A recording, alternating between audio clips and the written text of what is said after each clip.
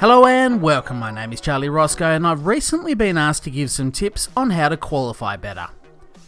Now I am by no means the best qualifier in the world, but I have been racing in online sims for a number of years. I spent 3 years league racing in various R-Factor leagues, and I've also done some racing in Assetto Corsa, Race Room, iRacing and R-Factor 2. Whilst I may not be the best at nailing that one perfect lap, there are a few basics that I've always stuck to which have helped me, and I think might help some of the less experienced racers out there too. The first tip is practice. I know this sounds obvious and it probably should be, but I would argue that doing enough practice is more critical for qualifying than it is for the race. See, in the race you can get away with a few bad lines or going a bit deep under brakes or missing an apex, all without major penalty. But qualifying is about putting in that one perfect lap. No mistakes and being centimetre perfect. To get to this stage, you'll need to have plenty of practice under the belt. The second tip, and I just can't emphasise this enough, is finding space. There are two types of qualifying in Gran Turismo Sport right now, and the first is the daily sports mode races, where the practice sessions you can enter before the race starts acts as qualifying. Obviously you don't need to find space here because it's a long private session that you can just churn out laps until the timer runs out. But the Nations Cup and Manufacturers Series put you in a short qualifying session with all of your competitors before the race.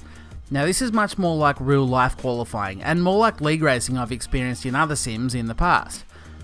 This is where finding space becomes critical.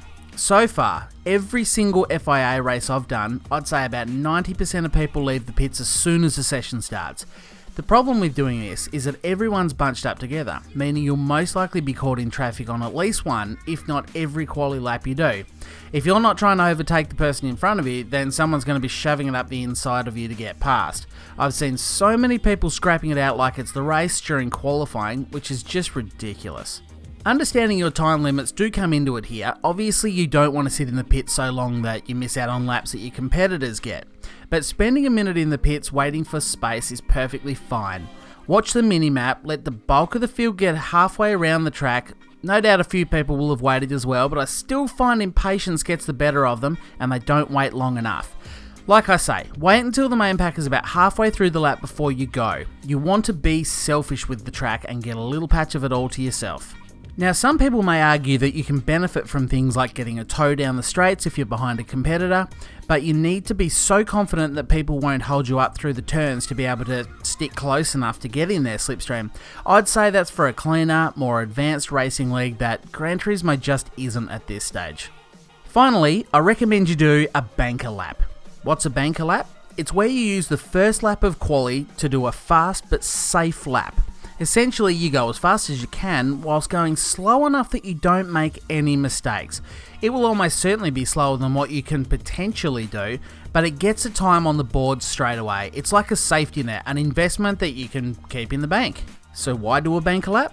Well, when you push it 120% to nail that perfect quali lap and grab pole, you're generally right on the limit of either your own ability, your car's, or both. It's easy to make a mistake when you're at the limit and have a spin or run off onto the grass or whatever. If you push on all 3 laps that the time limit allows, you could make a mess of every lap and not end up setting a decent time at all. If you have a banker lap posted, then mess up the next 2, it may still mean that you're only halfway down the field instead of at the bottom. Well, hopefully a few of you managed to get some useful information out of this video. I always appreciate a thumbs up if you think I've earned one. Feel free to check out the other videos on my channel and of course hit subscribe to see more. Thanks very much for watching. Bye for now.